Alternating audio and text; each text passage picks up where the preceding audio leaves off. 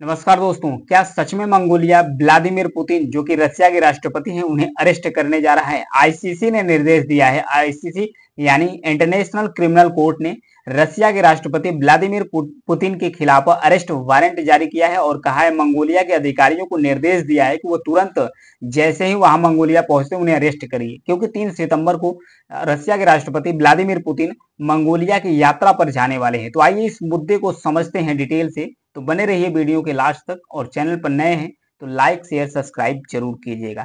रूस के राष्ट्रपति व्लादिमीर पुतिन 3 सितंबर को, यहाँ पर देखिए मंगोलिया रूस और चीन के बीच में स्थित एक लैंडलॉक कंट्री है, यानी स्थलबद्ध देश है।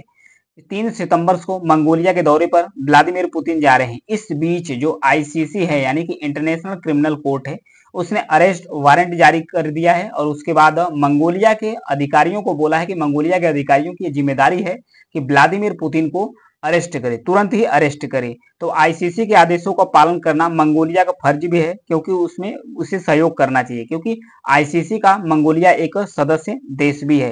क्योंकि पिछले साल मार्च में भी आईसीसी ने पुतिन के खिलाफ अरेस्ट वारंट जारी किया था। कोर्ट ने यूक्रेन में जो बच्चे हैं, यूक्रेन अभी तो यूक्रेन और रशिया के बीच में वार चल रहा है, तो यूक्रेन के अंदर कुछ बच्चों को रशिया के द्वारा अपहरण किया गया था, उसे डिपोर्टेशन किया गया था। इसके खिलाफ आईसीसी ने रशिया के राष्ट्रपति जो व्लादिमीर पुतिन हैं इनके खिलाफ अरेस्ट वारंट जारी कर दिया है। तो देखने वाली बात यह है कि इसे इस तरीके से देखा जाता है, क्योंकि रशिया के द्वारा कहा जा रहा है कि ये जो आईसीसी का अरेस्ट वारंट है ये अपमानजनक है, क्योंकि जो यूनाइटेड नेशन सिक्योरिटी काउंसिल है इसके जो 5 स्थायी सदस्य हैं, उसमें से एक है रशिया।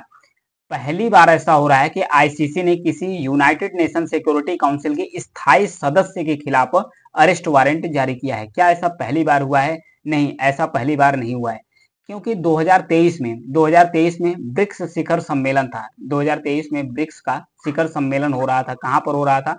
ये शिखर सम्मेलन हो रहा था साउथ अफ्रीका में। साउथ अफ्रीका के अंदर शिखर सम्मेलन हो रहा था। तो वहां पर इनवाइट किया गया था किसको? रशिया के राष्ट्रपति को। लेकिन रशिया के राष्ट्रपति वहां पर पहुंचे नहीं, अपने बदले अपने एक प्रतिनिधि को वहां पर भेजा था।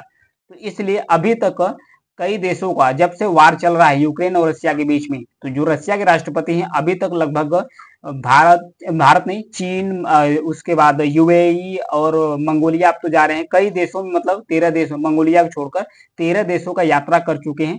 कोई ऐसा अभी सदस्य देश नहीं है जो आईसीसी का मेंबर है। ये मंगोलिया पहला मेंबर कंट्री होगा जो, मतलब कि जहां पर जो राष्ट्रपति हैं व्लादिमीर पुतिन वहां पर विजिट करने जा रहे हैं। तो देखने वाली बात है कि क्या अरेस्ट किया जाता है।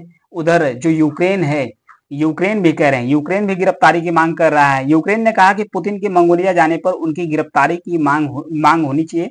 हम उम्मीद करते हैं कि मंगोलिया को मालूम होगा कि जो पुतिन है युद्ध अपराधी हैं और उनके खिलाफ आईसीसी का जो है वो अरेस्ट वारंट भी जारी किया गया है। तो क्योंकि रूसी राष्ट्रपति किसी भी आईसीसी मेंबर देश का पहली यात्रा करने जा रहे हैं। पुतिन वारंट जारी होने के बाद अब तक 11 देशों की यात्राएं कर चुके हैं, जिनमें चीन है, नॉर्थ कोरिया है, सऊदी अरेबिया है, यूएई है, इन देश शामिल है। लेकिन सदस्य देशों का भी यात्रा नहीं किए थे।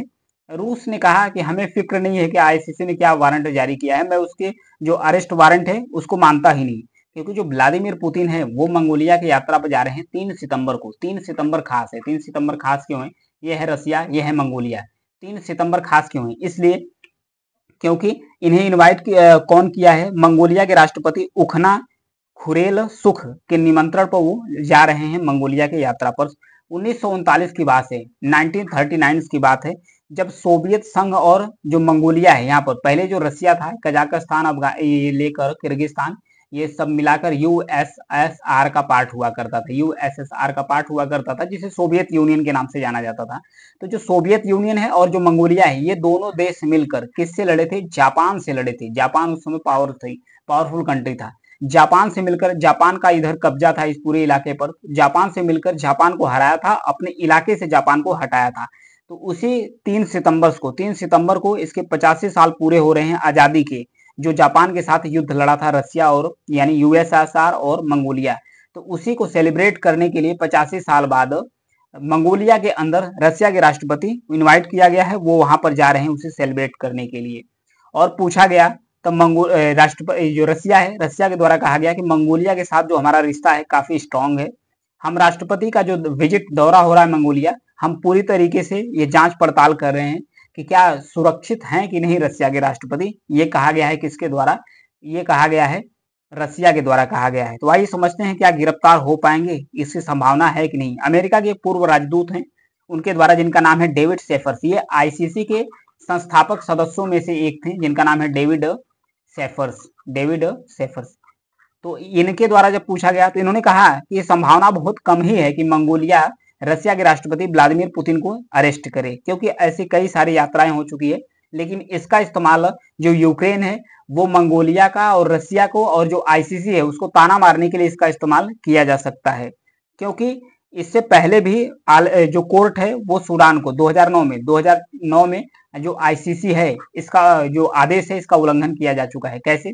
2009 में जो सूडान के पूर्व राष्ट्रपति हैं उमर हसन अल बशीर, इसके खिलाफ अरेस्ट वारंट जारी किया गया था 2009 में भी, 2010 में।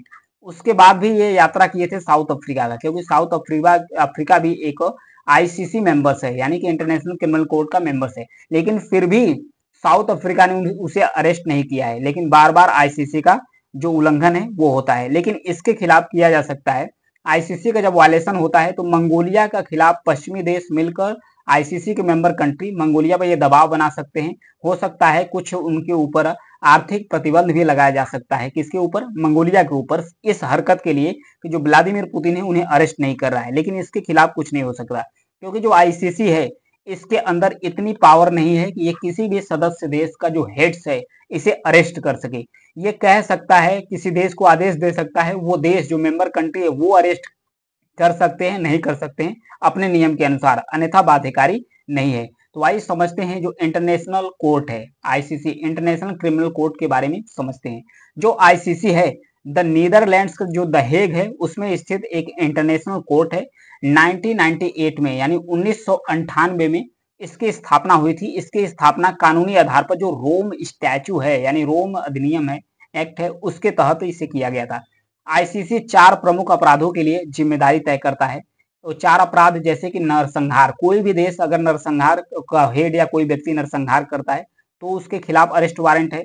मानवता के खिलाफ अपराध करता है, वार ऑफ क्राइम का उल्लंघन करता है, आक्रामकता करता है, जो आक्रामकता है उसका अपराध करता है। तो इस 4 अपराध के लिए जो आईसीसी है इंटरनेशनल क्रिमिनल कोर्ट, ये अरेस्ट वारंट जारी कर सकता है। इसका काम है इंटरनेशनल क्रिमिनल कोर्ट जस्टिस के जरिए दोषियों को दंडित करना। और आईसीसी के 123 सदस्य देश हैं। रूस और यूक्रेन दोनों ही इसके सदस्य नहीं है, न ही रूस है न ही यूक्रेन, दोनों ही देश इसके सदस्य नहीं है। दुनिया के जिन 123 देश, ध्यान रखिएगा, दुनिया के जो 123 देश हैं रोम संधि पर दस्तखत तो किए हैं, वहीं आईसीसी के यानी इंटरनेशनल क्रिमिनल कोर्ट के सदस्य भी है।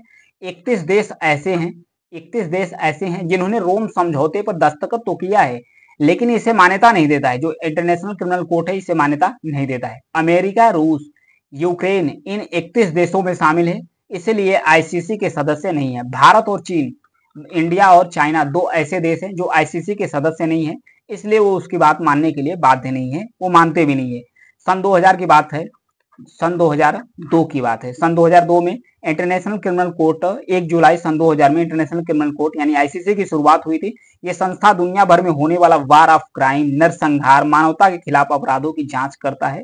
ये संस्था 1998 के रोम समझौते के तहत किए गए नियमों के आधार पर ये अपना साइन करवाता है, उसे अरेस्ट वारंट जारी करता है। अब देखने वाली बात यह है कि जब मंगोलिया के विजिट पर 3 सितंबर को पहुंचते हैं व्लादिमीर पुतिन, रसिया के राष्ट्रपति व्लादिमीर पुतिन पहुंचते हैं, तो क्या उन्हें अरेस्ट किया जाता है? संभावनाएं तो बहुत ही कम है कि उन्हें अरेस्ट किया जा सकता है। लेकिन अब देखने वाली बात यह है कि जो पश्चिमी देश है और जो आईसीसी के मेंबर कंट्री है वो मंगोलिया पर किस तरीके से आर्थिक प्रतिबंध या दबाव बनाते हैं, ये देखने वाली बात होगी। तब तक के लिए धन्यवाद, थैंक यू।